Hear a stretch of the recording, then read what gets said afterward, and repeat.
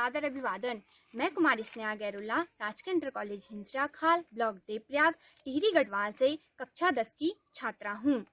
मैं हिमालय का पर्यावरण और जन सहयोग विषय पर 2 शब्द बोलना चाहती हूँ। हिमालय भारत की एक पर्वत श्रृंखला है जिसे पर्वतराज भी कहते हैं, जिसका अर्थ है पर्वतों का राजा।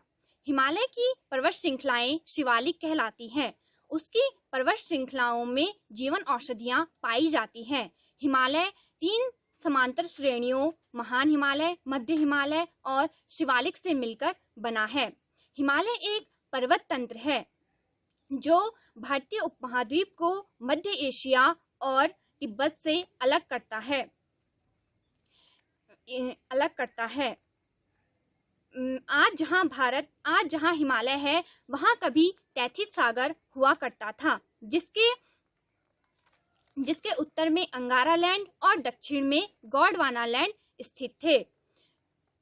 लाखों वर्षों तक दोनों भूखंडों के अपरदित होने के कारण दोनों भूखंड एक दूसरे की ओर खिसकने लगे। विरोधी दिशाओं में लगने वाले दबाव के कारण मिट्टी आदि में वलय पड़ने लगे। वलय द्वीप श्रृंखलाओं के रूप में पानी की सतह से ऊपर उठ गए, जिससे महान हिमालय का निर्माण हुआ।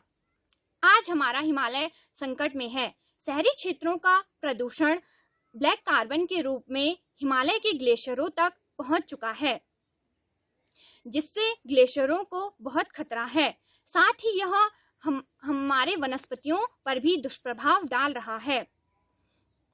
ब्लैक कार्बन सूर्य की ऊष्मा को अवशोषित कर उसे ग्लेशियरों की गलने की क्षमता को और तेज कर देता है, जिससे यह दिखता नहीं है, लेकिन इसके कारण ग्लेशियर रात में भी पिघलते रहते हैं। रात दिन ग्लेशियरों के पिघलने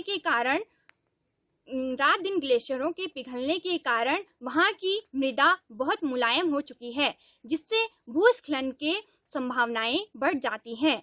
भूस्खलन से हजारों हेक्टेयर कृषि योग्य भूमि विनाश हो जाती है, जिससे रोजगार छिन जाता है। भूस्खलन के बढ़ने का कारण वनों का विनाश भी है। इन्हीं कारणों से आज हमारा हिमालय संकट में है। कुछ साल पहले केदारनाथ में हुई आपदा भी इन्हीं का एक कारण थी। हिमालय न केवल भारत बल्कि पूरे विश्व की आबादी को प्रभावित करता है। हमें भूकंप, भूस्खलन व बाढ़ जैसी आपदाओं को ध्यान में रखते हुए हिमालय के भविष्य के बारे में विचार विमर्श करना चाहिए। यह हमारे देश के लिए बहुत आवश्यक है। यदि हमने जल्द से जल्द हिमालय के भविष्य पर विचार विमर्श न किया तो हिमालय का पूर्णतः क्षय हो जाएगा। हमें